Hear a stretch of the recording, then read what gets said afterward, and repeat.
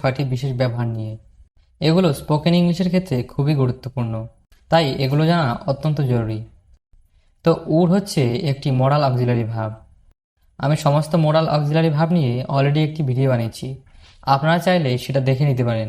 ডেসক্রিপশনে আমি লিঙ্ক দিয়ে দেব। তো চলুন বেশি কথা না বাড়িয়ে আজকের আলোচনা শুরু করা যাক। তো প্রথমত, অতীতকালে ভবিষ্যৎ বোঝাতে উডের ব্যবহার হয়ে থাকে। ধরুন আপনি অতীতকালের কোনো একটা কথা বলছেন এবং সেই সঙ্গে ভবিষ্যতের কথা বলছেন, যেটা তখনও ঘটেনি। তখন আপনি সেই ভবিষ্যৎ বোঝাতে উইলের ব্যবহার করবেন না, আপনাকে উডের ব্যবহার করতে হবে। একটা জিনিস মাথায় রাখতে হবে যে কোনো সেন্টেন্স যদি পাস্ট টেন্সে থাকে এবং তারপরে যদি ভবিষ্যতের কথা বলা হয়, তাহলে সেখানে উডের ব্যবহার হবে। তো চলুন এক্সাম্পলের মাধ্যমে বোঝা যাক। যেমন এখানে দেওয়া আছে, he said that he would learn English. সে বলেছিল যে সে ইংলিশ শিখবে। তো এখানে হি সেড, এটুকু দেখুন পাস্ট টেন্সে রয়েছে এবং তারপরে ভবিষ্যতের কথা বলছে যে সে ইংলিশ শিখবে। তো তাই এখানে উডের ব্যবহার হয়েছে, he would learn English. He said that he would learn English. I thought she would come here. আমি ভেবেছিলাম সে এখানে আসবে।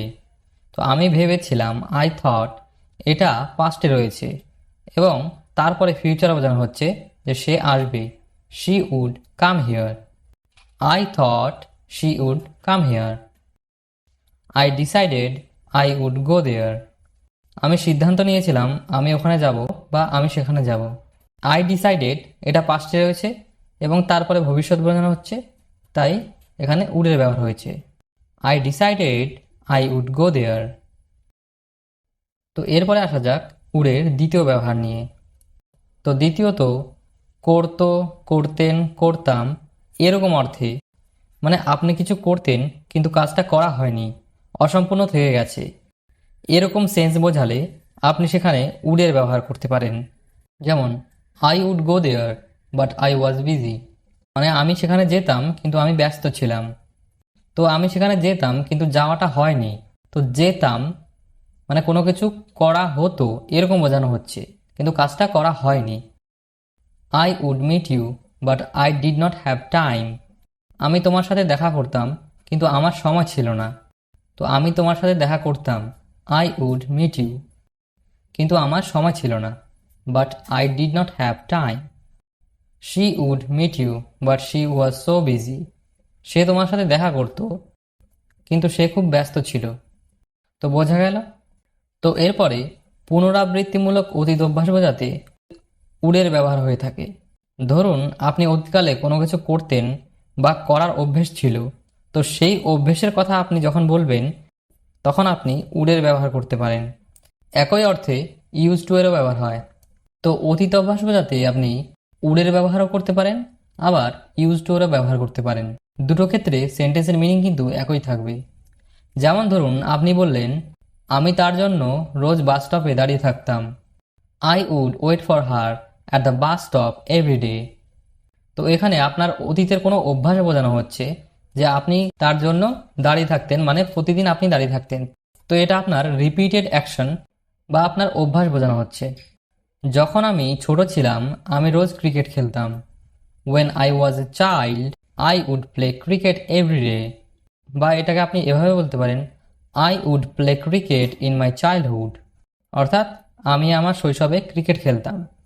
তো আপনি রোজ ক্রিকেট খেলতেন, তো এর মাধ্যমে রিপিটেড অ্যাকশন বোঝানো হচ্ছে বা আপনার অভ্যেসকে বোঝানো হচ্ছে, তাই আপনি এখানে উডের ব্যবহার করতে পারেন। আর আপনি যদি চান তাহলে আপনি এখানে ইউজ টু এর ব্যবহার করতে পারেন। When he was here he would talk to me every day. সে যখন এখানে ছিল সে আমার সাথে রোজ কথা বলতো। তো সে রোজ কথা বলতো মানে কথা বলাটা এক ধরনের অভ্যেস ছিল। তো এই অভ্যেসগত কাজকে বোঝানোর জন্য আপনি এখানে উডের ব্যবহার করতে পারেন। তো এরপর পোলাইট রিকোয়েস্ট বা বিনীত অনুরোধ বোঝাতেও উডের ব্যবহার হয়ে থাকে। যেমন would you open the window please, মানে দয়া করে একটু জানালাটা খুলে দেবেন। তো এখানে আপনি কাউকে অর্ডার করছেন না, আপনি কাউকে অনুরোধ করছেন। তো এই অনুরোধ বা রিকোয়েস্টের জন্য আপনি এখানে উডের ব্যবহার করতে পারেন। Would you mind standing up for a moment, মানে আপনি যদি একটু দাঁড়িয়ে থাকেন আপনি কিছু মনে করবেন, বা আপনি কিছু মনে করবেন না তো যদি একটু দাঁড়িয়ে থাকেন, বা একটু দাঁড়ালে আপনি কিছু মনে করবেন। Would you mind standing up for a moment? যদি কিছু মনে না করেন একটু আস্তে কথা বলবেন, বা একটু আস্তে কথা বললে কিছু মনে করবেন। Would you mind speaking slowly? তো এখানে দেখুন কাউকে রিকোয়েস্ট করা হচ্ছে যে আস্তে কথা বলতে। তো এখানে কথার মধ্যে একটা পোলাইটনেস বোঝানো হচ্ছে, তো এর জন্য এখানে উডের ব্যবহার হবে। আপনার কলমটা একটু দেবেন? Would you give me your pen please? মানে এখানে আপনি রিকোয়েস্ট করছেন কাউকে যে তার কলমটা দেবে কিনা। Would you give me your pen please? তো এরপরে কোনো কিছু করা হয়ে যেত, অর্থাৎ কাজটা কমপ্লিট হয়ে যেত, এরকম সেন্সে উডের ব্যবহার হয়। এখানে উডের সাথে হ্যাভ বসবে এবং তারপরে ভার্বের থার্ড ফর্ম বসবে। আমি যদি ভালো করে পড়াশোনা না করতাম আমি ফেল করতাম। If I hadn't studied well I would have failed. তো এখানে দেখুন উডের পরে হ্যাভ বসেছে এবং তারপরে V3 অর্থাৎ ভার্বের থার্ড ফর্ম বসেছে। আমি যদি ড্রাইভারকে রিকোয়েস্ট না করতাম এতক্ষণে বাসটা ছেড়ে দিত বা বাসটা চলে যেত। If I hadn't requested the driver the bus would have left by now. তো এরপরে আছে উড লাইক টু। তো উড লাইক টু চাইবে, চাইবো, চাইবেন এরকম অর্থে ব্যবহার হয়ে থাকে। চাওয়া অর্থে আমরা জানি ওয়ান্টের ব্যবহার হয়, কিন্তু উড লাইক টু ওয়ান্টের থেকে বেশি পোলাইট। মানে এক কথায় উড লাইক টু এর মাধ্যমে পোলাইটনেস বা বিনম্রতা দেখানো হয়। আপনি কিছু চাইছেন বা কাউকে কিছু অফার করছেন, তখন আপনি উড লাইক টু এর ব্যবহার করতে পারেন। যেমন I would like to sit there, আমি ওখানে বসতে চাইব। তো আপনি ওখানে বসতে চান সেটা আপনি পোলাইটলি বলছেন যে আমি ওখানে বসতে চাইব। I would like to sit there. আপনি চা খেতে চাইবেন? Would you like to have tea? মানে এখানে আপনি কাউকে অফার করছেন যে সে চা খাবে কিনা বা সে চা খেতে চায় কিনা। তো এটা আপনি পোলাইটলি বলছেন যে আপনি চা খেতে চাইবেন। Would you like to have tea? তো এই ছিল মোটামুটি উডের 6টি ব্যবহার। উডের আরও এরকম অনেক ব্যবহার রয়েছে, যেমন would have to, would have been, ঠিক আছে। তো এগুলো অলরেডি আমি একটি ভিডিওতে আলোচনা করেছি, যেটা আমি প্রথমেই বলেছিলাম। তো আপনারা চাইলে সেই ভিডিওটি দেখে নিতে পারেন। আর এই ভিডিওটি যদি আপনাদের ভালো লেগে থাকে তাহলে ভিডিওটিকে একটি লাইক করে দেবেন এবং চ্যানেলটিকে সাবস্ক্রাইব করে দেবেন। তো আজকের ভিডিও এই পর্যন্তই।